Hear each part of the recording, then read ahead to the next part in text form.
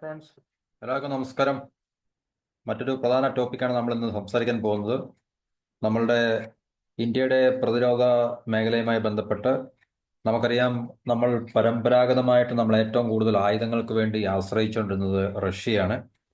റഷ്യയിൽ നിന്നാണ് നമ്മൾ പൂർവ്വകാലങ്ങളിൽ ഏറ്റവും കൂടുതൽ ആയുധങ്ങൾ വാങ്ങുകയും അല്ലെങ്കിൽ നമുക്ക് ആയുധങ്ങൾ തരാൻ താല്പര്യം കാണിക്കുകയൊക്കെ ചെയ്ത ഏറ്റവും പ്രധാനപ്പെട്ട സൗഹൃദ രാജ്യം റഷ്യയായിരുന്നു. ഏകദേശം നമ്മൾ ഒരു കാലത്ത് 70% നമ്മളുടെ ആയുധങ്ങളുടെ മൊത്തം വാങ്ങിക്കുന്ന ആയുധങ്ങളുടെ 70%-ലേറെയും റഷ്യയിൽ നിന്നായിരുന്നു. ഇപ്പോൾ ചൈനയും പാകിസ്ഥാനും തമ്മിലുള്ള ബന്ധം എങ്ങനെയാണോ, അതായത് പാകിസ്ഥാൻ ഏകദേശം 80% മുകളിൽ അവരുടെ ആയുധങ്ങൾ ഇപ്പോൾ ഇറക്കുമതി ചെയ്യുന്നത് അല്ലെങ്കിൽ വാങ്ങിക്കുന്നത് ചൈനയിൽ നിന്നാണെന്ന് പറയുന്ന പോലെ തന്നെ ഒരു സമയത്ത് നമ്മൾ ഏകദേശം 80% അടുത്തുള്ള ഒരു അളവൊന്നും ഇല്ലെങ്കിൽ തന്നെ 70% മുകളിൽ നമ്മൾ റഷ്യയിൽ നിന്നും ആയുധങ്ങൾ വാങ്ങിയ ഒരു കാലഘട്ടം അതിവിദൂരമല്ല ശരിക്കും പറഞ്ഞാൽ.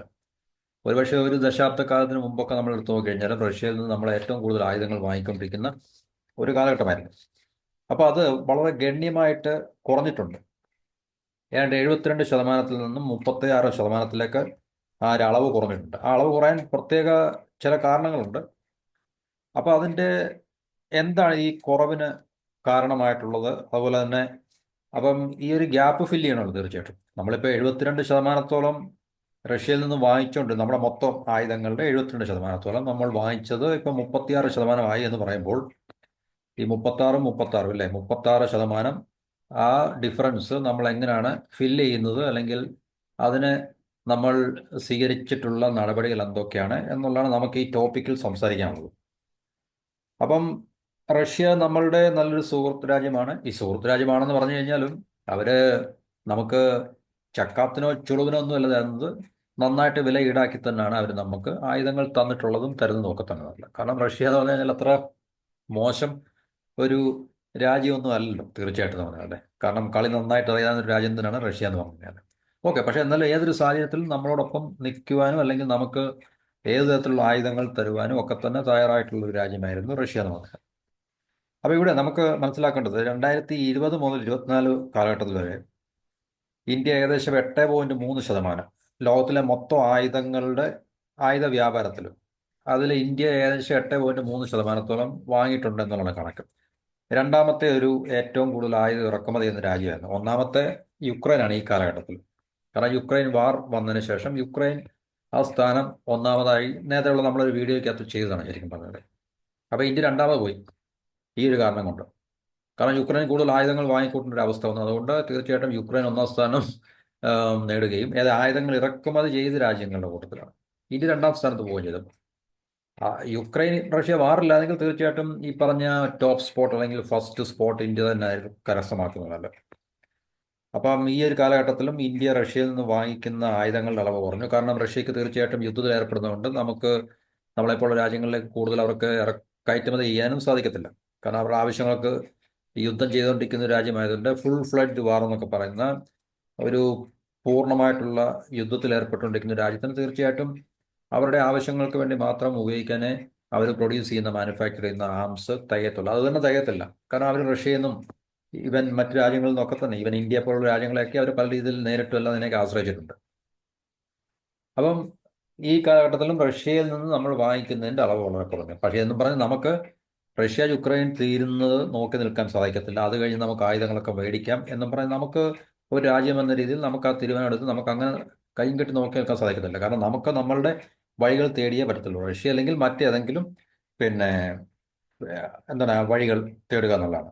ഒന്നുകിൽ നമ്മൾ സ്വയം നിർമ്മിച്ചെടുക്കുക, അല്ലെങ്കിൽ നമ്മൾ മറ്റു രാജ്യങ്ങളെ ആശ്രയിക്കുക എന്നുള്ളതാണ്. ഇന്ത്യയെ പോലെ ഒരു രാജ്യം, സ്വതന്ത്ര രാജ്യം, അത് നമുക്ക് സെക്യൂരിറ്റി എപ്പോഴും 24 മണിക്കൂറും നമ്മുടെ സെക്യൂരിറ്റി ഭീഷണിയിലായിരിക്കുന്ന ഒരു രാജ്യം എന്ന സ്ഥിതിക്ക് നമുക്ക് തീർച്ചയായിട്ടും ഒന്നുകിൽ ഏറ്റവും അത്യാധുനികമായിട്ടുള്ള ആയുധങ്ങൾ സ്വയം നമ്മൾ നിർമ്മിച്ചെടുക്കുക, അല്ലെങ്കിൽ മറ്റു രാജ്യങ്ങളെ ആശ്രയിക്കുക എന്നുള്ളതാണ് നമുക്ക് ഉള്ള പോംവഴികൾ എന്നുള്ളത്. അപ്പം ഈ ഒരു കാരണം ഇത് എന്തുകൊണ്ട് ഉണ്ടായി എന്ന് ചോദിച്ചു കഴിഞ്ഞാൽ, അതായത് റഷ്യയിൽ നിന്ന് നമ്മൾ വാങ്ങിക്കുന്നത് കുറഞ്ഞു എന്നുള്ളത് സത്യമാണ്. പക്ഷേ അത് യുക്രൈൻ വാർ മാത്രമല്ല, അതിന് മറ്റൊരു കാരണങ്ങളുണ്ട്. കാരണം നമ്മൾ ആഭ്യന്തരമായി ഉൽപ്പാദിപ്പിക്കുന്നതിൻ്റെ ആ ഒരു അളവും മാറിയിട്ടുണ്ട്. എന്നുവെച്ചാൽ നമ്മുടെ ഈ പ്രതിരോധ മേഖലയിലെ നമ്മുടെ ആഭ്യന്തര ഉൽപ്പാദനം വളരെ പുരോഗതി പ്രാപിച്ചിട്ടുണ്ട്, അല്ലെങ്കിൽ കൂടുതൽ മെച്ചപ്പെട്ടിട്ടുണ്ട്, അല്ലെങ്കിൽ വർദ്ധിച്ചിട്ടുണ്ട് എന്നുള്ളതും ഒരു പ്രധാനപ്പെട്ട കാരണമാണ്. പിന്നെ റഷ്യ യുക്രൈൻ വാറിൽ ഈ പറഞ്ഞ ആ ഡിലേസ് ഒക്കെ നമുക്കറിയാം, ഇപ്പൊ പറഞ്ഞ പോലെ തന്നെ. കാരണം റഷ്യക്ക് തീർച്ചയായിട്ടും നമ്മൾ വിചാരിക്കുന്ന രീതിയിലുള്ള ആയുധങ്ങൾ, ഇപ്പൊ S-400 ഒക്കെ തീർച്ചയായിട്ടും നമുക്ക് അത് കിട്ടാനുണ്ട്. അതിന്റെ ബാക്കി എന്ന് പറഞ്ഞു കഴിഞ്ഞാൽ അതൊക്കെ എന്ന് നമ്മൾ റഷ്യ യുക്രൈൻ വാറിന് മുമ്പ് തന്നെ നമ്മൾ കരാറിൽ ഒപ്പിട്ടതാണ്. അപ്പൊ അതുകൊണ്ട് അങ്ങനെയുള്ള കാരണങ്ങൾ കണക്കിലെടുക്കുമ്പോൾ തീർച്ചയായിട്ടും ഇന്ത്യക്ക് കൂടുതൽ നമ്മളുടെ ആഭ്യന്തര ഉൽപാദന മേഖലയിൽ കൂടുതൽ ശ്രദ്ധ ചെലുത്തേണ്ട ഒരു കാലഘട്ടം കൂടാണിത്. അതിനകത്തിൽ തീർച്ചയായിട്ടും നമ്മൾ പുരോഗതികൾ അല്ലെങ്കിൽ മാറ്റങ്ങൾ ഒരു പോസിറ്റീവായിട്ടുള്ള തലത്തിലേക്ക് നമ്മൾ നേടിയെടുക്കുന്നുണ്ട് എന്നുള്ളത് വസ്തുതയാണ്. 2015-19 കാലഘട്ടത്തെ അപേക്ഷിച്ച് ഒരു 9.3% കുറവ് വന്നിട്ടുണ്ട് നമ്മൾ 2020-24 കാലഘട്ടത്തിൽ നമ്മൾ ആയുധങ്ങൾ വാങ്ങുന്നതിൽ ആംസ് പർച്ചേസിൽ. ഇത് 2019-23 കാലഘട്ടത്തിൽ നമ്മൾ ഏകദേശം 10% ലോകത്തിലെ ആയുധങ്ങളുടെ ഷെയർ നമുക്കുണ്ടായിരുന്നു വാങ്ങുന്നതിൽ. എന്നുവെച്ചാൽ ലോകത്തിലെ ആയുധങ്ങൾ വാങ്ങുന്നത് 100 അതിൽ 10 നമ്മളാണ് വാങ്ങിക്കൊണ്ടിരുന്നത്. ഏത് കാലഘട്ടത്തിൽ? 19-23 4 വർഷത്തെ കാലഘട്ടത്തിൽ അത് ഏകദേശം 8.3% കുറഞ്ഞിട്ടുണ്ട് 20-24 കാലഘട്ടത്തിൽ. അതിപ്പോൾ നമ്മൾ ആദ്യം പറഞ്ഞാണ്. അപ്പം അങ്ങനെ നമ്മൾ രണ്ടാമത്തെ സ്ലോട്ടിലേക്കായി, കാരണം യുക്രൈൻ ഒന്നാമത്തെ സ്ലോട്ടിൽ വന്നു. അപ്പം ഈ ഒരു കാലഘട്ടത്തിൽ ഇന്ത്യയുടെ ഏറ്റവും പ്രധാനപ്പെട്ട ഒരു ആംസ് സപ്ലയർ അല്ലെങ്കിൽ വിൽപ്പന, നമുക്ക് ആയുധം വിൽക്കുന്ന ഒരു രാജ്യം റഷ്യയായിരുന്നു. അപ്പോൾ അതിൻ്റെ ഷെയറും ഏകദേശം 36% കുറഞ്ഞിട്ടുണ്ട് റഷ്യയുടെ. അപ്പോൾ ഇന്ത്യയുടെ ഇപ്പോഴത്തെ 64%, 36% റഷ്യയിൽ നമ്മൾ വാങ്ങിക്കുന്നുണ്ടെങ്കിൽ തന്നെയും അത് വലിയൊരു ഷെയർ തന്നെയാണ് തീർച്ചയായിട്ടും. ബാക്കി 64% നമ്മൾ ആഭ്യന്തരമായിട്ടുള്ളതും അതുപോലെ തന്നെ പടിഞ്ഞാറൻ രാജ്യങ്ങളെ ആശ്രയിച്ചിട്ടാണ് നമ്മൾ ബാക്കിയുള്ള ഈ 64% ഫില്ല് ചെയ്യുന്നത്, ഈ ഗ്യാപ്പ് ഫില്ല് ചെയ്യുന്നത്. 2015-19 മുതൽ 20-24 വരെ നമ്മളുടെ ഡിഫൻസ് ഇമ്പോർട്ട് ശരിക്കും പറഞ്ഞാൽ കുറഞ്ഞിട്ടുണ്ട്. 36% റഷ്യയിൽ നിന്ന് നമ്മൾ വാങ്ങിക്കുന്നത്. അതുപോലെ തന്നെ 2010-14 മുതൽ 2020-24 വരെയുള്ള കാലഘട്ടത്തിൽ അത് ഏകദേശം 2015-19 കാലഘട്ടത്തിൽ നമ്മൾ പറഞ്ഞു 9.3% ഡിക്ലൈൻ കുറവ് വന്നിട്ടുണ്ട് 2020-24 കാലഘട്ടത്തിലേക്ക്. 19-23 കാലഘട്ടത്തിൽ ഇന്ത്യ ഏകദേശം 10%-ഓളം ലോക ആയുധ വ്യാപാരത്തിന്റെ കാര്യത്തിൽ നമ്മൾ 10%-ഓളം നമ്മളുടെ ഷെയർ ഉണ്ടായിരുന്നു. എന്നുവെച്ചാൽ നമ്മൾ ആയുധ വ്യാപാരത്തിന്റെ 10%-ഓളം നമ്മളായിരുന്നു മേടിച്ചുകൊണ്ടിരിക്കുന്നത്. അപ്പോൾ അത് 2024 കാലഘട്ടമായപ്പോഴത്തെ 8.3% കുറഞ്ഞിട്ടുണ്ട്. പ്രത്യേകിച്ച് അത് നമ്മൾ ഈ റഷ്യ യുക്രൈൻ വാർ വന്നപ്പോൾ റഷ്യയിൽ നിന്ന് വാങ്ങിക്കുന്നത് ഗണ്യമായിട്ട് കുറഞ്ഞു എന്നുള്ളതാണ് നമുക്ക്. അതുപോലെ തന്നെ ആ സമയത്ത് നമ്മൾ കൂടുതൽ ആഭ്യന്തരമായിട്ടുള്ള ഉൽപ്പാദനങ്ങളെ ആശ്രയിക്കുകയും പിന്നെ പാശ്ചാത്യ രാജ്യങ്ങൾ, അമേരിക്ക പോലുള്ള രാജ്യങ്ങൾ നമ്മളെ കുറേയൊക്കെ കൂടുതൽ ആശ്രയിക്കാൻ വേണ്ടി തുടങ്ങുകയും ചെയ്തു. അപ്പോൾ ഈ ഒരു കാലഘട്ടത്തിൽ നമ്മൾ റഷ്യ എന്ന ഇന്ത്യയിലെ ഏറ്റവും കൂടുതൽ ആയുധങ്ങൾ തന്നുകൊണ്ടിരുന്ന രാജ്യം അത് 36% കുറഞ്ഞിട്ടുണ്ട്. ബാക്കി 64% നമ്മൾ പറഞ്ഞ പോലെ തന്നെ അത് പാശ്ചാത്യ രാജ്യങ്ങളുടെയും അതുപോലെ തന്നെ ഇൻഡിജിനസ് ആയിട്ടുള്ള ഡൊമസ്റ്റിക് പ്രൊഡക്ഷനെയൊക്കെ നമ്മൾ ആശ്രയിച്ചുകൊണ്ടാണ് നമ്മൾ ആ ഒരു ഗ്യാപ്പ് ഫില്ല് ചെയ്ത് നമ്മൾ പറഞ്ഞു. അപ്പം 2015-19 നമ്മൾ കാര്യം പറഞ്ഞു.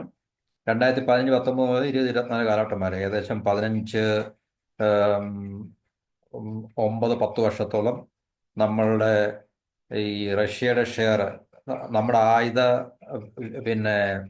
ങ്ങളുടെ കാര്യത്തിൽ 36%-ഓളം ആയിട്ട് മാറിയിട്ടുണ്ട്. 2010-14 മുതൽ 20-24 കാലഘട്ടം വരെ 55%ആയിരുന്നു. അതിന് പുറമോട്ട് അതുപോലെ തന്നെ 2000 മുതൽ 2019 വരെ ഏകദേശം 19 വർഷം അത് 72%-ഓളം ആയിരുന്നു എന്ന് നമ്മൾ നേരത്തെ പറഞ്ഞാണ്. അപ്പോൾ 72%-ൽ നിന്ന് അത് 55%-ലേക്ക് വന്നു. 2019 കാലഘട്ടത്തിലൊക്കെ നമ്മൾ നോക്കിക്കഴിഞ്ഞാൽ 72%-ഓളം റഷ്യൻ ആയുധങ്ങളായി നമ്മൾ വാങ്ങിച്ചുകൊണ്ടിരുന്നത്. 2010-14 മുതൽ 2020-24 വരെ 55%-ഓളമായിരുന്നു. അതായത് ഇതവരുടെ ഈ പറഞ്ഞ 2000 മുതൽ 2019 വരെയാണ് നമ്മൾ ഏകദേശം 19 വർഷം. ഇവിടെ 2010 മുതൽ 2010-14 മുതൽ 2020-24 വരെ 54%. അതിനുശേഷം പിന്നെ ഇപ്പോൾ ഏകദേശം 36%. അതായത് 72%-ൽ നിന്ന് നമ്മൾ ഈ വർഷം നോക്കണ്ട, ഈ 2000 മുതൽ നമ്മൾ നോക്കിയാൽ മതി. 2000 മുതൽ ഇപ്പം 2025 വരെയുള്ള ഈ 25 വർഷത്തെ ടൈം ഗ്യാപ്പിനുള്ളിൽ 72% നിന്നും 55% വന്നിട്ട് ഇപ്പം 36% നമ്മൾ റഷ്യയിൽ നിന്ന് വാങ്ങിക്കുന്ന ആയുധങ്ങളുടെ അളവെന്ന് പറഞ്ഞത്. ബാക്കി 64% ഉണ്ട്. 64% നമ്മൾ ഫില്ല് ചെയ്യുന്നത് നമ്മുടെ ആഭ്യന്തര ഉൽപ്പാദനവും അതുപോലെ തന്നെ പാശ്ചാത്യ രാജ്യങ്ങളുടെ കൈകളിൽ നിന്നാണ്. അപ്പൊ ഇത് റഷ്യ യുക്രൈൻ വാറിന് മുമ്പ് തന്നെ ഈ ഒരു കുറവ് സംഭവിച്ചിട്ടുണ്ട് എന്നാണ് പറയുന്നത്. 2019 കാലഘട്ടത്തിൽ പിന്നെ റഷ്യ 22% മുതൽ 73% വരെ ആണ് അവരുടെ വെപ്പൺസ് 2020-21 കാലഘട്ടം, അതായത് 2019 കാലഘട്ടത്തെ അപേക്ഷിച്ച് 2020-21 കാലഘട്ടത്തിൽ ഒത്തിരി ഗണ്യമായിട്ടുള്ള കുറവുണ്ടായിട്ടുണ്ട്. ഏകദേശം 22% മുതൽ 73% വരെ നമുക്ക് തരുന്ന ആയുധങ്ങളിൽ ഗണ്യമായ കുറവുണ്ടായിട്ടുണ്ട്. നമുക്ക് തരുന്ന ആയുധങ്ങളിൽ കുറവുണ്ടായിട്ടുണ്ടെന്നല്ല പറയുന്നത്, നമ്മൾ അവരിൽ നിന്നും വാങ്ങിക്കുന്നത് കുറഞ്ഞു എന്നുള്ളതാണ് സത്യം. കാരണം റഷ്യ യുക്രൈൻ വാർ ഒരു കാരണമാണ്. രണ്ട്, നമ്മൾ കൂടുതൽ നമ്മളുടെ ഈ അമേരിക്കയും ഫ്രാൻസും ഇസ്രായേലൊക്കെയാണ് നമ്മളുടെ അടുത്ത പ്രധാനപ്പെട്ട പിന്നെ ആയുധങ്ങൾ നമുക്ക് വിൽക്കുന്ന രാജ്യങ്ങൾ എന്നാണ്. അപ്പോൾ അവരെ നമ്മൾ കൂടുതൽ ആശ്രയിക്കാൻ തുടങ്ങി എന്നുള്ളതിൻ്റെ ഒരു ഇൻഡിക്കേഷൻ കൂടി ഇതിനകത്തുണ്ട്. കാരണം അമേരിക്ക നമ്മളുമായിട്ട് കൂടുതൽ ബന്ധങ്ങൾ സ്ട്രെങ്തൻ ചെയ്തുകൊണ്ടിരിക്കുകയാണ് പല കാരണങ്ങൾ കൊണ്ടും. പ്രത്യേകിച്ച് നമ്മളെ അമേരിക്കയായിട്ട് ഒത്തിരി തന്ത്രപരമായിട്ടുള്ള, ഇപ്പം റഷ്യയായിട്ട് നമുക്ക് തന്ത്രപരമായിട്ടുള്ള പിന്നെ കരാറുകളൊന്നുമില്ല. പക്ഷേ അമേരിക്കയായിട്ട് നമുക്ക് പല തന്ത്രപരമായിട്ടുള്ള സെക്യൂരിറ്റി എഗ്രിമെന്റ്സ് ഉണ്ട്. ഇപ്പം ക്വാഡൊക്കെ വളരെ ഇമ്പോർട്ടൻ്റ് ആയിട്ടുള്ളതാണ്, പ്രത്യേകിച്ച് നമ്മളെ ഇന്ത്യൻ ഓഷ്യനിൽ. അപ്പം അതിൻ്റെ ഫലമായിട്ട് തീർച്ചയായിട്ടും നമ്മളുടെ നേവൽ എക്വിപ്മെന്റ്സ് ഒക്കെ തന്നെ ഫ്രാൻസിൻ്റെയും അമേരിക്കയുടെയൊക്കെ കൂടുതൽ ഇൻഡക്റ്റ് ചെയ്യുക എന്നുള്ളൊരു പോളിസി ഇന്ത്യക്കുണ്ട്. കാരണം അത് വളരെ അത്യാവശ്യമാണ്. അപ്പോൾ അതിൻ്റെ ഫലമായിട്ട് നമ്മൾ അമേരിക്കയിൽ നിന്നും റഷ്യയിൽ നിന്നും കൂടുതൽ നേവൽ ആർമമെന്റ്സ് വാങ്ങിക്കുന്നതും കൂടുന്നുണ്ട്. അല്ലാതെ മറ്റ് ഇപ്പോൾ എയർഫോഴ്സിനെ സംബന്ധിച്ച് ഇന്ത്യ അമേരിക്ക കൂടുതൽ ആശ്രയിക്കുന്നത്. കാരണം ഫൈറ്റർ പ്ലെയിൻസോ അല്ലെങ്കിൽ ഫൈറ്റർ എയർക്രാഫ്റ്റും നമ്മളിതിനെ വാങ്ങിച്ചിട്ടില്ല. പക്ഷേ ഹെലികോപ്റ്റേഴ്സ് അതുപോലെ സാധനങ്ങളൊക്കെ മേടിക്കുന്നുണ്ട്. പിന്നെ എയർഫോഴ്സിൻ്റെ കാര്യത്തിൽ നമ്മൾ റഷ്യയും ഫ്രാൻസിനെയാണ് ഏറ്റവും കൂടുതൽ ആശ്രയിക്കുന്നത്. പിന്നെ മറ്റു പല മേഖലകളിലും നമ്മൾ ഇസ്രായേലിനെ ആശ്രയിക്കുന്നുണ്ട്. അപ്പോൾ ഈ 4 രാജ്യങ്ങളാണ് പ്രധാനപ്പെട്ട ഇന്ത്യക്ക് ആയുധങ്ങൾ തരുന്ന രാജ്യങ്ങളാണല്ലോ. അപ്പോൾ 2010 മുതൽ 62% ഇന്ത്യയുടെ ആയുധങ്ങൾ റഷ്യയിൽ നിന്നാണ് വന്നുകൊണ്ടിരുന്നത്. ഇപ്പോൾ അത് 32% കുറഞ്ഞു. അതൊരു യാഥാർത്ഥ്യമാണ്. 2016 മുതൽ പിന്നെ റഷ്യയുടെ ഏറ്റവും കൂടുതൽ ആയുധം വാങ്ങിക്കുന്നത് ഇന്ത്യയാണ്. 2014-18 മുതൽ 19-21 വരെ ഈ റഷ്യയിൽ നിന്നുള്ള ഇന്ത്യയിലേക്കുള്ള എക്സ്പോർട്ട് 34% കുറഞ്ഞിട്ടുണ്ട്. രണ്ട് രീതിയിൽ നമുക്കറിയാം. ഇന്ത്യ വാങ്ങിക്കുന്നത് കുറഞ്ഞെന്ന് നമുക്ക് വേണമെങ്കിൽ പറയാം, അല്ലെങ്കിൽ റഷ്യയിൽ നിന്നുള്ള എക്സ്പോർട്ടും കുറഞ്ഞിട്ടുണ്ട്.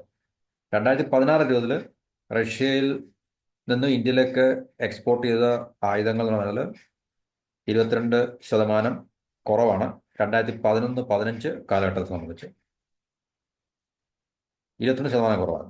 2016-20 ആ കാലഘട്ടത്തിൽ നമ്മൾ റഷ്യയിൽ നിന്നും ഇറക്കുമതി ചെയ്ത ആയുധങ്ങൾ 11-15 കാലഘട്ടത്തിനെ അപേക്ഷിച്ച് 22% കുറവാണ്.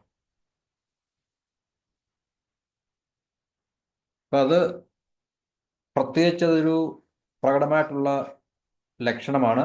നമ്മളുടെ ആഭ്യന്തര ഉൽപ്പാദനം ഇൻക്രീസ് ചെയ്തു. ഒന്ന്, നമ്മൾ വെസ്റ്റേൺ നേഷൻസ്, അതായത് അമേരിക്ക, ഫ്രാൻസ്, ഇസ്രായേൽ, ഈ 3 രാജ്യങ്ങളെ നമ്മൾ പിന്നെ ആശ്രയിക്കാൻ തുടങ്ങി എന്നുള്ളതിൻ്റെ, കൂടുതൽ ആശ്രയിക്കാൻ തുടങ്ങി. എന്നുവെച്ചാൽ നമ്മളുടെ ആംസ് പർച്ചേസ് നമ്മൾ ഡൈവേഴ്സിഫൈ ചെയ്തു. കാരണം ഒരു രാജ്യത്തെ മാത്രം ആശ്രയിച്ചിരിക്കുക എന്നുള്ളത് അത്ര ലോജിക്കലല്ല എന്നുള്ളൊരു വസ്തുതകളുണ്ട്. കാരണം വളരെ ശക്തമായിട്ടുള്ള പിന്നെ ഈ സാമ്പത്തിക ഉപരോധങ്ങളും മറ്റു രീതിയിലുള്ള സമ്മർദ്ദങ്ങളും ഒക്കെ തന്നെ റഷ്യയുടെ മുകളിൽ പാശ്ചാത്യ രാജ്യങ്ങൾ, പ്രത്യേകിച്ച് അമേരിക്കയുടെ നേതൃത്വത്തിലുള്ള പാശ്ചാത്യ രാജ്യങ്ങൾ പിന്നെ ചുമത്തിക്കൊണ്ടിരിക്കുന്ന അവസരത്തിൽ അത് ഇന്ത്യയുടെ ദീർഘവീക്ഷണത്തിൻ്റെ ഒരു ഫലം കൂടാണ് ശരിക്കും പറഞ്ഞാൽ. കാരണം ഇപ്പം റഷ്യ നമ്മളുടെ നല്ല സൗഹൃദമായിട്ടുള്ള രാജ്യമാണെങ്കിൽ തന്നെയും ഇപ്പം അവരിൽ നിന്ന് നമുക്ക് ആയുധങ്ങൾ ലഭിക്കാൻ സാധ്യതയില്ല എന്നുള്ളൊരു അവസ്ഥ നമ്മൾ മനസ്സിലാക്കി നമുക്ക് കാത്തിരിക്കാൻ കഴിയില്ല, നേരത്തെ പറഞ്ഞിട്ട്. കാരണം നമുക്ക് മറ്റു മാർഗങ്ങൾ സ്വീകരിച്ചേ മതിയാകൂ. നമ്മുടെ ആഭ്യന്തര ഉൽപ്പാദനം പിന്നെ വർദ്ധിക്കുന്നുണ്ടെങ്കിലും ഇപ്പോഴും നമുക്ക് പൂർണ്ണമായിട്ട് നമ്മുടെ ഡിഫൻസിന് കൊടുക്കാൻ സാധ്യമല്ല. അപ്പം നമുക്ക് തീർച്ചയായിട്ടും അത്യാധുനികമായിട്ടുള്ള മോഡേൺ ടെക്നോളജി ഉപയോഗിച്ചുള്ള ആയുധങ്ങൾക്ക് വേണ്ടി നമ്മൾ പ്രത്യേകിച്ച് അമേരിക്ക, ഫ്രാൻസ്, ഇസ്രായേൽ അല്ലെങ്കിൽ മറ്റ് പാശ്ചാത്യ രാജ്യങ്ങളുള്ള ജർമ്മനി ഇതുപോലുള്ള രാജ്യങ്ങളെ നമുക്ക് ആശ്രയിച്ചാൽ മതി അങ്ങോട്ട്. അപ്പം അങ്ങനെ ഒരു പോളിസി ഷിഫ്റ്റ് അല്ലെങ്കിൽ നയപരമായിട്ടുള്ള മാറ്റം ഇന്ത്യയുടെ ഭാഗത്തുനിന്നുണ്ടായിട്ടുണ്ട്. അപ്പൊ ഈ കുറവിന്റെ കാരണം നമുക്ക് പ്രധാനപ്പെട്ട ഈ പറഞ്ഞ ഇൻഡിജിനസ് ആയിട്ടുള്ള എന്ന് വെച്ചാൽ നമ്മൾ ആഭ്യന്തരമായിട്ട് നമ്മുടെ വെപ്പൺ മാനുഫാക്ചറിങ്ങിന്റെ കപ്പാസിറ്റി വളരുന്നുണ്ട്, അല്ലെങ്കിൽ വളർച്ച നമ്മൾ കൈവരിക്കുന്നുണ്ടെന്നുള്ളതാണ്. അതുപോലെ തന്നെ ഈ പറഞ്ഞ ഡിപ്പെൻഡൻസ് ഓൺ ഫോറിൻ വെപ്പൺസ്, വിദേശ രാജ്യങ്ങളുടെ ആയുധങ്ങളെ നമ്മൾക്ക് ആശ്രയിക്കുന്നത് കുറയ്ക്കുവാൻ അത് സാധിച്ചിട്ടുണ്ട്. പൂർണ്ണമായിട്ട് നമുക്കൊരു സാറ്റിസ്ഫാക്ടറി ലെവലിലേക്ക് നമ്മൾ വന്നിട്ടില്ല, പക്ഷേ നമുക്കത് ഇമ്പ്രൂവ്മെന്റ് ഉണ്ടാകുന്നുണ്ട് ആ ഒരു മേഖലകളിൽ. നമുക്കിപ്പോഴും അഡ്വാൻസ്ഡ് വെപ്പൺസും ടെക്നോളജിയും ഒക്കെ റഷ്യ തരുന്നുണ്ട്.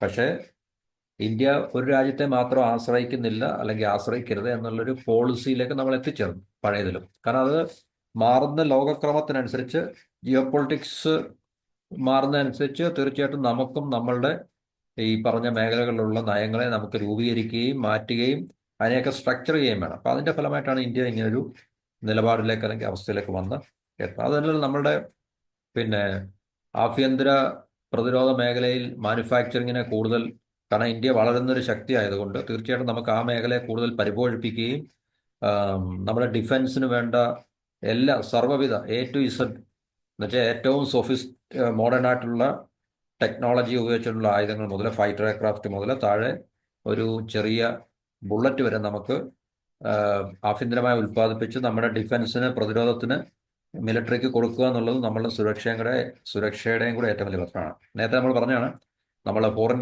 കറൻസി അല്ലെങ്കിൽ വിദേശ നാണ്യങ്ങളിൽ ഏറ്റവും കൂടുതൽ നമ്മൾ ചെലവഴിക്കുന്നത് പ്രധാനപ്പെട്ട രണ്ട് മേഖല. ഒന്ന് എനർജി, ഓയിൽ, ഗ്യാസ്, പിന്നെ ഈ പറഞ്ഞ ഡിഫൻസിന് വേണ്ടി. അപ്പോൾ ഇത് മറ്റു രാജ്യങ്ങൾക്ക് തീർച്ചയായിട്ടും നമ്മുടെ മുകളിൽ നമ്മൾ അവരെ ആശ്രയിക്കുമ്പോൾ അവർക്ക് കൂടുതൽ സ്വാധീനം ലഭിക്കുകയും നമുക്ക് ഏതെങ്കിലും ഒരു ക്രൂഷ്യൽ മൊമെന്റ് വരുമ്പോൾ നമുക്ക് ആയുധങ്ങൾ ലഭിക്കാതെ വരുന്ന ഒരു സാഹചര്യം ഉണ്ടെങ്കിൽ അത് നമ്മുടെ രാജ്യത്തിൻ്റെ സുരക്ഷയെ വളരെയധികം ബാധിക്കുന്നതാണ്. നമ്മൾ നേരത്തെയൊക്കെ അത് ഒത്തിരി അനുഭവിച്ചിട്ടുള്ള രാജ്യമാണ്. അപ്പോൾ അതെല്ലാം കണക്കിലെടുത്തുകൊണ്ട് നമുക്ക് ആഭ്യന്തരമായിട്ടുള്ള ഉൽപ്പാദനങ്ങൾ മാനുഫാക്ചറിങ് കപ്പാസിറ്റി വർദ്ധിപ്പിക്കുക എന്നുള്ളത് വളരെ ഒഴിവാക്കാൻ പറ്റാത്തൊരു അവസ്ഥ കൂടെ ആയതുകൊണ്ട് തീർച്ചയായിട്ടും ആ മേഖലയിൽ പുരോഗതികൾ വളരെയധികം ഉണ്ടാകുന്നുണ്ട് എന്നുള്ളത് നമുക്കൊരു സംതൃപ്തി തരുന്ന കാര്യമാണ്. അപ്പോൾ ഇതാണ് നമുക്ക് ഈ പറഞ്ഞ റഷ്യ ഇന്ത്യ ആംസിന്റെ കാര്യത്തിൽ. പിന്നെ ഈ ഡിലേ, റഷ്യ യുക്രൈൻ വാറിന്റെ സമയത്തുണ്ടായ ഡിലേ ഇപ്പോഴും അത് ഉണ്ട്. കാരണം റഷ്യക്ക് തീർച്ചയായിട്ടും എക്സ്പോർട്ട് ചെയ്യാൻ സാധിക്കത്തില്ല, ഇന്ത്യ ഉൾപ്പെടെയുള്ള രാജ്യങ്ങളിലേക്ക് എക്സ്പോർട്ട് ചെയ്യാൻ സാധിക്കുന്നില്ല. അപ്പോൾ ഇന്ത്യക്ക് മറ്റ് പല ഓപ്ഷൻസ് ഉണ്ട്. കാരണം ഫ്രാൻസ്, ജർമ്മനി, UK, പിന്നെ ഫൈറ്റർ ജെറ്റ്സ്, സബ്മറൈൻസ്, അതുപോലെ തന്നെ നമ്മളുടെ ആഭ്യന്തരമായിട്ടുള്ള ഡിഫൻസ് പ്രോഗ്രാമിനുള്ള ടെക്നോളജി ഒക്കെ തന്നെ ഈ പറഞ്ഞ രാജ്യങ്ങൾ തരുവാൻ, അല്ലെങ്കിൽ അവരുമായിട്ടുള്ള എന്താണ് പറയുന്നത്, മ്യൂച്വലായിട്ടുള്ള കോപ്പറേഷൻ, പരസ്പര ധാരണയോടുള്ളൊരു സഹകരണത്തിൽ കൂടെ നമുക്ക് ആ രാജ്യങ്ങളുമായിട്ട് ഈ പറഞ്ഞ മേഖലകളിൽ ഉള്ള മാറ്റങ്ങൾ അല്ലെങ്കിൽ ഉൽപ്പാദനം നമുക്ക് നേടിയെടുക്കാൻ സാധിക്കുന്നതാണ്. അപ്പോൾ മേക്ക് ഇൻ ഇന്ത്യ എന്നൊക്കെയുള്ള ഒരു ഇനിഷ്യേറ്റീവ് ഗവൺമെൻറ് കൊണ്ടുവന്നപ്പോൾ തന്നെ ഈ ഡിഫൻസ് പ്രൊഡക്ഷൻ കപ്പാസിറ്റിയിലൊക്കെ വൻതോതിലുള്ള കുതിച്ചുചാട്ടം അല്ലെങ്കിൽ മാറ്റങ്ങളൊക്കെ ഉണ്ടാകുന്നുണ്ട്. നമ്മളുടെ ഡിഫൻസ് പ്രൊഡക്ഷൻ്റെ, മിലിറ്ററി പ്രോഡക്ട്സിൻ്റെ എക്സ്പോർട്ടൊക്കെ വളരെയധികം വർദ്ധിച്ചു വരുന്നൊരു കാലഘട്ടമാണ് നമുക്ക്. കാരണം 100-ലധികം രാജ്യങ്ങളിലേക്ക് നമ്മൾ പലവിധ പ്രോഡക്ട്സ്, ഉൽപ്പന്നങ്ങൾ നമ്മൾ എക്സ്പോർട്ട് ചെയ്യുന്നുണ്ട്. അതിനകത്തിൽ ഏറ്റവും പ്രധാനപ്പെട്ട നമ്മളുടെ ആഭ്യന്തരമായി നമ്മൾ ഉൽപ്പാദിപ്പിക്കുന്ന ആകാശ് എയർ ഡിഫൻസ് സിസ്റ്റം ഉണ്ട്, ബ്രഹ്മോസ് സൂപ്പർസോണിക് മിസൈൽ ഉണ്ട്, ധനുഷ് ഉണ്ട്, ATAGS ആർട്ടിലറി എന്ന് പറയുന്നത്, പിന്നെ K9 വജ്ര, പ്രച്ഛന്ദറ്റ helicopter, Dhruv helicopter, rocket launchers, artillery shells, Varunastra torpedo, INS Vikrant aircraft carrier, ഇതൊക്കെ നമ്മൾ സ്വയം നമ്മൾ നിർമ്മിക്കുന്നുണ്ട്. ഇതൊക്കെ INS കൊൽക്കത്ത ഡിസ്ട്രോയർ, ഇതൊക്കെ ഷിപ്പാണ് INS. അപ്പം മറ്റ് പല മേഖലകളിലുള്ള ഡിഫൻസുമായിട്ട് ബന്ധപ്പെട്ട പല മേഖലകളിലുള്ള ഒത്തിരി ഉൽപ്പന്നങ്ങൾ നമ്മൾ നിർമ്മിക്കാൻ ഇപ്പോൾ പ്രാപ്തരായിട്ടുണ്ട്. അപ്പോൾ ഇതെല്ലാം നമ്മൾ ഫിലിപ്പീൻസ്, വിയറ്റ്നാം, അർമീനിയ, അതുപോലുള്ള പല രാജ്യങ്ങൾക്ക്, 100-ൽ പരം രാജ്യങ്ങൾക്ക് നമ്മൾ ഇതുപോലുള്ള പ്രധാനപ്പെട്ട ഏറ്റവും അത്യാധുനികമായിട്ടുള്ള ബ്രഹ്മോസ് മുതൽ ആകാശ് എയർ ഡിഫൻസ് സിസ്റ്റം മുതൽ ഇതെല്ലാം നമ്മൾ ഈ പറഞ്ഞ രാജ്യങ്ങൾക്ക് വിൽക്കുന്നുണ്ട്, അല്ലെങ്കിൽ നമ്മൾ ഈ രാജ്യങ്ങളിലേക്ക് എക്സ്പോർട്ട് ചെയ്യുന്നുണ്ട്. അപ്പോൾ തീർച്ചയായിട്ടും ഇന്ത്യ ഈ മേഖലയിൽ വൻപിച്ച ഒരു പുരോഗതി കൈവരിച്ചുകൊണ്ടിരിക്കുന്ന ഒരു കാലഘട്ടം കൊണ്ടാണ്. അപ്പോൾ അതുകൊണ്ട് നമുക്ക് തീർച്ചയായിട്ടും ഇതിൻ്റെ ഒരു സർട്ടൻ പെർസെൻറ്റേജ് നമ്മുടെ ഡിഫൻസിന് വേണ്ടി നമുക്ക് യൂട്ടിലൈസ് ചെയ്യാൻ സാധിക്കും. അതുകൊണ്ട് നമുക്ക് ഈ വിദേശ രാജ്യങ്ങളെ ആശ്രയിക്കുന്നത് കുറഞ്ഞിട്ടുണ്ട്. അതുകൊണ്ടാണ് നമുക്ക് തീർച്ചയായിട്ടും റഷ്യ ഇപ്പോൾ പഴയ പോലെ ആശ്രയിക്കേണ്ടി വരേണ്ട ഒരു അവസ്ഥ ഇല്ലാത്തത്. യുക്രൈൻ റഷ്യ വാർ മാത്രമല്ല, ഈ പറഞ്ഞ ആഭ്യന്തര ഉൽപ്പാദനം വർദ്ധിച്ചു അല്ലെങ്കിൽ പുരോഗതി പ്രാപിക്കുന്നുണ്ട് എന്നുള്ളതിൻ്റെ കൂടെ അടിസ്ഥാനത്തിലാണ്. പിന്നെ വേറൊരു പ്രധാനപ്പെട്ട കാരണം, നമ്മൾ ആദ്യം പറഞ്ഞു റഷ്യ നമ്മളുടെ സുഹൃത്താണെങ്കിൽ തന്നെയും റഷ്യ നമുക്കൊരിക്കലും അങ്ങനെ ഫേവർ ഒന്നും ചെയ്തു തന്നിട്ടില്ല. 2001 ഒരു പാർലമെന്ററി റിപ്പോർട്ട് അനുസരിച്ച് റഷ്യ നമുക്ക് ഒരു ആയുധങ്ങളും ഒരിക്കലും ഒരു ഫ്രണ്ട്ഷിപ്പ് പ്രൈസിലല്ല തരുന്നത് എന്നാണ് ആ റിപ്പോർട്ട് പറയുന്നത്. ഹൈക്കമ്മീഷൻ ഫീസ് അതുപോലെ തന്നെ ഒക്കെ വലിയൊരു ആശങ്ക ഉണ്ടാക്കുന്ന കാര്യമാണെന്ന് പറയുന്നുണ്ട്. അത് നമുക്ക് തീർച്ചയായിട്ടും മനസ്സിലാക്കാം. കാരണം റഷ്യ നമ്മളെ നന്നായിട്ട് പിന്നെ ഊറ്റുന്നുണ്ടെന്നുള്ളൊരു യാഥാർത്ഥ്യം നിലനിൽക്കുന്നുണ്ട്. പക്ഷെ നമുക്ക് ആവശ്യമുള്ള സാധനങ്ങൾ എല്ലാം തരും, ടെക്നോളജി തരുന്നുണ്ട്, അവർ ബാക്കിയുള്ള ആയുധങ്ങൾ തരുന്നുണ്ട്. അതിൽ നിന്ന് അവർ ഈ പറഞ്ഞ ഒരു അമേരിക്ക പോലുള്ള രീതിയിലുള്ള ടേംസ് ആൻഡ് കണ്ടീഷൻസ് അല്ലെങ്കിൽ നമുക്ക് ബുദ്ധിമുട്ടുണ്ടാക്കുന്ന രീതിയിലൊന്നും ഒരിക്കലും, അല്ലെങ്കിൽ നമുക്ക് പെട്ടെന്ന് പോയി ആശ്രയിക്കാൻ പറ്റുന്ന ഒരു തരത്തിലുള്ള രാജ്യമൊക്കെ തന്നെ. പക്ഷെ എന്നാലും അവരുടെ ഈ ഫ്രണ്ട്ഷിപ്പ് പ്രൈസ് അല്ലെങ്കിൽ നമുക്ക് ഇത്രയും ഡീപ്പായിട്ടുള്ള ആഴത്തിലുള്ള ബന്ധം റഷ്യയായിട്ടുണ്ടെങ്കിൽ തന്നെയും നമുക്ക് പിന്നെ അനുകൂലമായിട്ടുള്ള രീതിയിലല്ല അവർ ഒരിക്കലും ഈ വില ഈടാക്കുന്നത് എന്നുള്ള പാർലമെന്റ് റിപ്പോർട്ട് 2001 വന്നിട്ടുണ്ട്. അപ്പോൾ അതിൻ്റെ അടിസ്ഥാനത്തിൽ നമുക്ക് തീർച്ചയായിട്ടും റഷ്യയെ കൂടുതൽ ആശ്രയിക്കുന്നത് ഒഴിവാക്കാനും കാരണമായിട്ടുണ്ട്. അപ്പോൾ ആ റിപ്പോർട്ട് അനുസരിച്ച് റിപ്പോർട്ട് എന്താണ് ഗവൺമെന്റിനോട് പറയുന്നത് പറഞ്ഞാൽ, നമ്മൾ ഏത് ആയുധങ്ങൾ വാങ്ങിക്കുകയാണെങ്കിലും ഗ്ലോബൽ ടെൻഡർ വിളിച്ചിട്ട് അതിനകത്തിൽ ഏറ്റവും നമുക്ക് അനുകൂലമായിട്ടുള്ള അനുയോജ്യമായിട്ടുള്ള ടെക്നോളജിയിലൊട്ടും ക്വാളിറ്റിയിലൊട്ടും കുറവ് വരാതെ, എന്നാൽ പ്രൈസിൽ നമുക്ക് ഏറ്റവും മെച്ചപ്പെട്ട പ്രൈസിൽ ഏത് രാജ്യത്തും നമുക്ക് വാങ്ങിക്കാൻ ലഭിക്കും, ആ രാജ്യത്തു നിന്ന് വാങ്ങിക്കുക എന്നുള്ളതല്ല, പ്രത്യേകിച്ച് ഒരു രാജ്യത്തോട് മമത കാണിക്കേണ്ട എന്നാണ് ആ റിപ്പോർട്ട് പറയുന്നത്. 2001 സെപ്റ്റംബറിലാണ് അമേരിക്ക നമ്മളുടെ മുകളിലുള്ള ആയുധ ഉപരോധം എടുത്തു മാറ്റുകയും അത് നമുക്ക് തീർച്ചയായിട്ടും ഫ്രാൻസ്, ഇസ്രായേൽ അതുപോലെ മറ്റ് യൂറോപ്യൻ രാജ്യങ്ങളിൽ നിന്ന് ആയുധങ്ങൾ വാങ്ങിക്കാൻ നമുക്കത് സഹായകരമാകുകയും അല്ലെങ്കിൽ വഴിതെളിക്കുകയും ചെയ്തെന്നാണ് പറയുന്നത്. കാരണം അമേരിക്കയുടെ ഉപരോധം ഉണ്ടെങ്കിൽ ഈ പറഞ്ഞ രാജ്യങ്ങളിൽ നിന്ന് തന്നെ നമുക്ക് ആയുധങ്ങൾ വാങ്ങിക്കാൻ സാധിക്കത്തില്ല, ഉറപ്പാണത്. അപ്പോൾ അത് 2001 ഒരുപക്ഷെ ഈ റിപ്പോർട്ടുമായിട്ട് തന്നെ ബന്ധമുണ്ട്. നമുക്കിതിൻ്റെയൊക്കെ പിന്നിലെ ബിഹൈൻഡ് ദ സീൻ കർട്ടന് പുറകിലുള്ള കളികൾ നമുക്ക് തീർച്ചയായിട്ടും അത്ര കൃത്യമായിട്ട് മനസ്സിലാക്കാൻ സാധിക്കില്ലെങ്കിലും ഈ 2001 ഏപ്രിൽ റിപ്പോർട്ട്, പാർലമെന്ററി റിപ്പോർട്ട് വന്നു.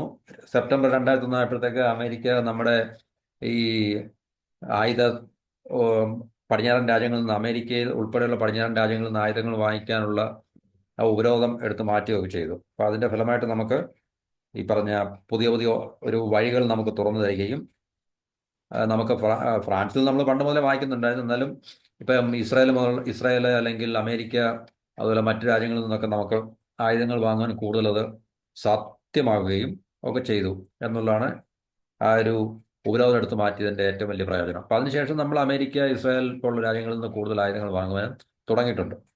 അപ്പോൾ നമുക്ക് ചൈനയോട് കോമ്പീറ്റ് ചെയ്യാൻ വേണ്ടി, ചൈനയെ പ്രതിരോധിക്കാൻ വേണ്ടി ഇന്ത്യക്ക് അത്യാധുനികമായിട്ടുള്ള ആയുധങ്ങളും ടെക്നോളജിയും ഒക്കെ തന്നെ വളരെ അത്യാവശ്യമാണ്.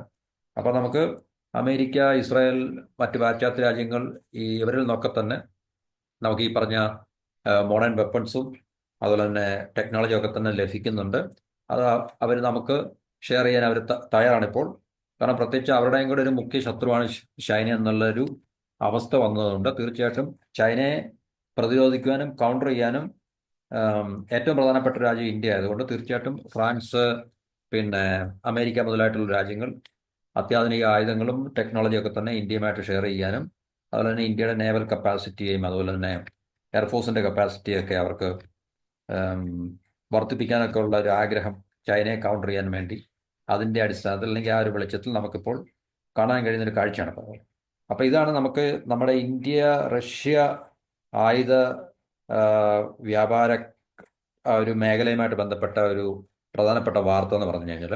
അപ്പോൾ തീർച്ചയായിട്ടും ഇനിയും ഇതിനകത്തിൽ ഗണ്യമായിട്ടുള്ള കുറവുകളുണ്ടാകും. കാരണം ഒന്ന്, നമ്മുടെ ആഭ്യന്തര ഉൽപ്പാദനം വർദ്ധിക്കുന്നുണ്ട്. രണ്ട്, അമേരിക്ക നമ്മുടെ മുകളിൽ ട്രംപ് പ്രത്യേകിച്ച് കൂടുതൽ പ്രഷറും ചെലുത്തുന്നുണ്ട്, കാരണം അവരിൽ നിന്ന് കൂടുതൽ ആയുധങ്ങൾ വാങ്ങാനുള്ളത്.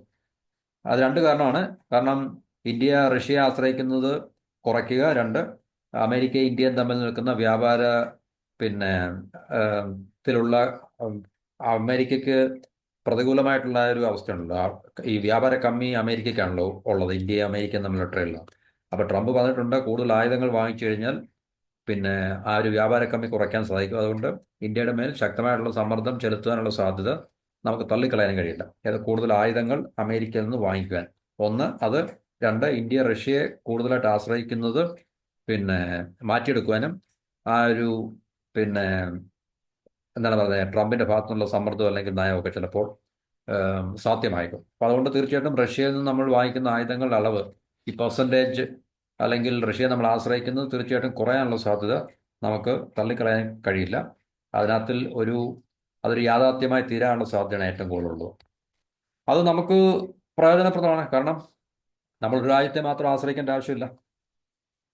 നമ്മളുടെ ആഭ്യന്തര ഉൽപ്പാദനം നമ്മൾ പിന്നെ ഒരു സെൽഫ് സഫീഷ്യൻ്റ് ആകുന്നവരെ നമ്മുടെ ഡിഫൻസിന് പൂർണ്ണമായിട്ടും അല്ലെങ്കിൽ ഈ പറഞ്ഞ നല്ലൊരു ശതമാനം നമ്മുടെ ഡിഫൻസിന് വേണ്ടി നമ്മുടെ ആഭ്യന്തര ഉൽപ്പാദന മേഖലയ്ക്ക് നമ്മുടെ ഡിഫൻസിന് സപ്ലൈ ചെയ്യാൻ കഴിയുന്ന ഒരു അവസ്ഥ വരെ നമുക്ക് മറ്റു രാജ്യങ്ങളെ തീർച്ചയായിട്ടും ആശ്രയിക്കേണ്ടി വരും.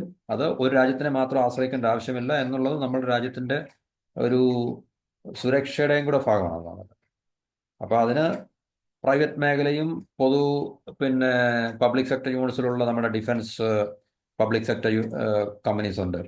അപ്പോൾ അവരെല്ലാം തന്നെ ഇപ്പോൾ ഊർജിതമായിട്ട് ഈ മേഖലയിൽ ശക്തമായി മുന്നോട്ട് പോയിക്കൊണ്ടിരിക്കുകയാണ്. അപ്പോൾ അത് തീർച്ചയായിട്ടും നമുക്കിനിയും കൂടുതൽ ഇതിനകത്തിലെ ഒരു വർധനവോ അല്ലെങ്കിൽ കാര്യമായിട്ടുള്ളൊരു മാറ്റമൊക്കെ നമുക്ക് പ്രതീക്ഷിക്കാം. അപ്പോൾ അതിനകത്തിൽ ഒരു നല്ല പോസിറ്റീവായിട്ടുള്ളൊരു മാറ്റം തീർച്ചയായിട്ടും ഉണ്ടാകും. അപ്പോൾ അതുവരെ നമുക്ക് ഈ പറഞ്ഞ രാജ്യങ്ങളെ ആശ്രയിക്കേണ്ടി വരും, ആയുധങ്ങൾക്കും ടെക്നോളജിക്കും ഒക്കെ വേണ്ടിയിട്ട്. അപ്പോൾ ഇതാണ് ഈ ടോപ്പിക്കുമായിട്ട് പറയാനുള്ള കാര്യങ്ങൾ. ഇത്രയും പറഞ്ഞിട്ട് ടോപ്പിക്ക് തൽക്കാലം ഇവിടെ നമുക്ക് നിർത്താം. അടുത്ത ടോപ്പിക്കുമായിട്ട് വീണ്ടും കാണുന്നവരെ എല്ലാവർക്കും നന്ദി, നമസ്കാരം. ചാനൽ സബ്സ്ക്രൈബ് ചെയ്യുക, സപ്പോർട്ട് ചെയ്യുക, ഹെൽപ്പ് ചെയ്യുക. അപ്പോൾ മറ്റൊരു വീഡിയോയിൽ കാണുന്നവരെ good night. Have A wonderful day.